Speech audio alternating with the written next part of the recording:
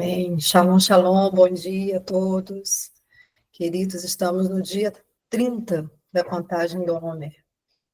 E continuamos falando sobre o espírito de poder durante essa semana. E o tema de hoje vai ser o espírito de poder nos sustenta no dia mau. Efésios 6:13. Por isso, vistam toda a armadura de Deus para que possam resistir no dia mau, permanecer inabaláveis, depois de terem feito tudo. Então, aqui vai nos falar de uma das evidências do espírito de poder, é a força interior para que nós possamos permanecer, mesmo quando tudo ao redor nos diz para desistir. 2 Coríntios 4, 8, 9 vai dizer: se de todos os lados somos pressionados, mas não desanimados. Ficamos perplexos, mas não desesperados. Somos perseguidos, mas não abandonados. Abatidos, mas não destruídos. Precisamos entender que o dia mau, ele vem para todos nós, todos. Mas quem está revestido do espírito de poder, esse não vai recuar, não vai se quebrar, não vai se render, ele vai permanecer em pé, porque a força que sustenta ele não é humana, mas vem do espírito de poder, do espírito do nosso Deus. Então, o apóstolo Paulo, ele não esconde essa realidade de guerra, ele nos diz que há tribulações, perplexidades, perseguições, abatimentos, mas a diferença é que aquele que é o filho do Senhor, aquele que anda nos princípios do reino, que está vestido do poder do Senhor, a diferença vai ser a resposta, a nossa resposta nos dias de pressão. Como que nós vamos responder esses dias? Porque esse dia vai chegar para todos nós. E a diferença nossa tem que ser através da nossa resposta. Então, o mundo, ele pode estar desmoronando, o mundo desmorona diante de caos, né? Mas nós, que temos o espírito de poder, nós vamos ficar em pé, mesmo no meio de escombros, mesmo quando tudo estiver destruído ao nosso lado, nós permaneceremos em pé. Por quê? Porque o Senhor, ele nos dá um espírito de poder, uma fortaleza invisível que nós carregamos dentro de nós. E essa força, ela não vem de doutrinas, de eventos, de discursos bonitos, não, ela vai nascer de uma presença constante de busca do Espírito do Senhor, da presença dele. Então, a primeira chave de hoje vai falar que o inferno espera te ver cair, mas o Espírito de poder te reveste para permanecer. Então, mesmo antes da batalha, pode ter certeza que o nosso Deus já providenciou um revestimento, ele já nos liberou o Espírito de poder sobre nós, para que nós possamos resistir. Efésios 6:13 vai dizer: tomai toda a armadura de Deus para que possa resistir o dia mau, e havendo feito tudo, permaneceis firmes. O inferno aposta, queridos, no nosso colapso, mas Deus, ele investe na nossa permanência. Ele nos equipa para o dia da tribulação. Paulo declara em 2 Coríntios 4, 8, 9, que em tudo somos atribulados, mas não angustiados, perplexos, mas não desanimados, perseguidos, mas não desamparados, e abatidos, mas não destruídos.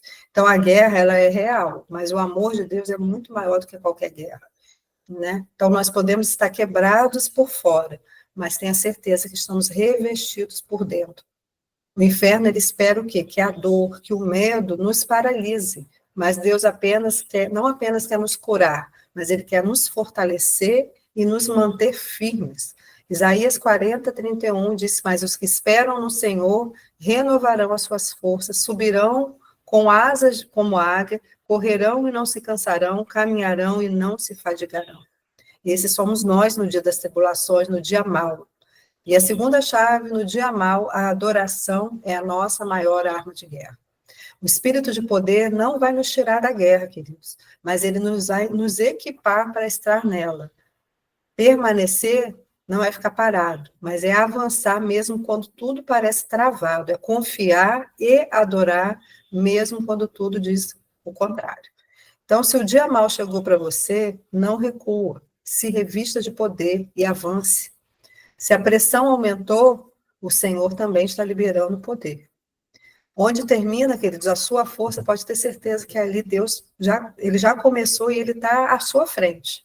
Então, a verdadeira guerra espiritual se vence com firmeza de espírito, Quem é cheio da fortaleza de Deus não foge, não retrocede e não desiste. O espírito de poder nos fortalece na mente, na fé e no coração. O espírito de poder nos posiciona como sentinelas inabaláveis, mesmo em tempos de crise. Então, quando você decide não ceder à pressão, você está aí profetizando a fidelidade sua a Deus. Você está mostrando a Ele que você confia nele. Ficar de pé, mesmo quando tudo tenta te derrubar, é testemunhar ao mundo e ao inferno que o seu Senhor é suficiente. Então, a guerra espiritual não se vence com armas naturais, mas com posturas espirituais. E entre elas, a adoração é uma das mais poderosas de todas. Não é sobre melodia, mas é sobre rendição. Não é sobre volume, mas é sobre entrega. O inferno, ele não vai temer barulho, queridos, mas ele treme diante de um adorador, um verdadeiro adorador cheio da presença de Deus. Segunda Crônicas 20, 21 vai dizer, depois de consultar o povo, Josafá nomeou alguns homens para cantar ao Senhor e o louvarem pelo esplendor da sua santidade, indo à frente do exército cantando, deem graças ao Senhor, pois o seu amor dura para sempre. Quando começaram a cantar e entoar louvores, o Senhor preparou emboscadas contra os homens de Amon, de Moabe e dos montes de Seir, que estavam invadindo Judá, e eles foram derrotados. Então, antes da espada veio o cântico, a presença foi à frente, e Deus guerreou por eles. Então, a adoração alinha a atmosfera com o céu, a nossa atmosfera com o céu, e confunde o inimigo, e faz ele ser derrotado. Salmos 22, 3 diz que tu, porém, és o eterno, és reis, é o louvor de Israel. Deus, ele habita no meio da adoração. Então, quando nós aprendemos a adorar, mesmo no meio da guerra, nenhuma outra voz, queridos, pode dominar, pode nos abater. A adoração, ela vai nos posicionar e nos colocar debaixo do governo de Deus. E é o poder do Espírito do Senhor que nos fortalece, mesmo no dia de batalha. Porque a presença do Senhor, ele vai estabelecer um domínio espiritual. E onde há governo de Deus, o inferno não pode prevalecer. E a terceira e a última chave vai dizer o poder da oração que abre cárceres e quebra cadeias. Esse é o poder de Deus, o espírito de poder. Atos 16, 25, 26, vai dizer, por volta da meia-noite, Paulo e Silas estavam orando, cantando hinos a Deus, e outros presos ouviram, e de repente sobreveio um terremoto tão violento que os alicerces da prisão foram abalados. Imediatamente todas as portas se abriram e as correntes de todos se soltaram. Então, a adoração, ela não depende das circunstâncias favoráveis, mas da sua convicção interior de quem é Deus. Não importa o ambiente, porque o ambiente não vai definir a sua postura, mas a sua identidade no espírito que vai definir todo o seu ambiente. Paulo e Silas, eles não estavam pedindo libertação, eles estavam só adorando. E a adoração deles estabeleceu a presença de Deus naquele cárcere. Destronou ali todo espírito de opressão, abriu as portas do cárcere.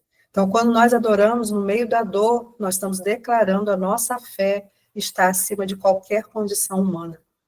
Então, quando Deus entra em cena, querido, nada vai permanecer do mesmo jeito. Ambientes vão mudar, corações vão se quebrantar, cadeias caem, estratégias humanas falham e o reino de Deus se estabelece com o poder do seu Espírito.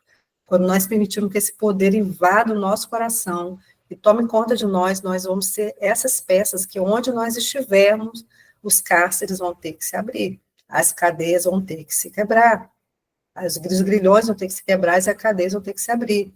Quando Paulo e Silas adoram, a presença manifesta de Deus rompe as cadeias, muda a atmosfera da prisão e converte corações. Em Atos 16, 33, vai dizer que naquela mesma hora da noite, o carcereiro lavou as feridas dele, e em seguida ele e todos os seus foram batizados. Então, os levou para casa, serviu-lhes uma refeição, e com todos os de sua casa, alegrou-se muito por haver crido em Deus. Queridos, o carcereiro foi convertido naquele dia, e ele e sua casa foram salvos. Então, onde há a adoração verdadeira, genuína, também vai haver uma colheita de almas e uma transformação da nossa casa inteira. Então, a adoração verdadeira não apenas toca o céu, mas ela alcança corações e muda destino. Amém? Shalom, shalom. Até amanhã. Shalom, shalom. Até amanhã. Shalom. Shalom, shalom. Bom dia. Shalom, shalom. Shalom, Shalom, bom dia. Shalom, shalom. Shalom, shalom. Gratidão.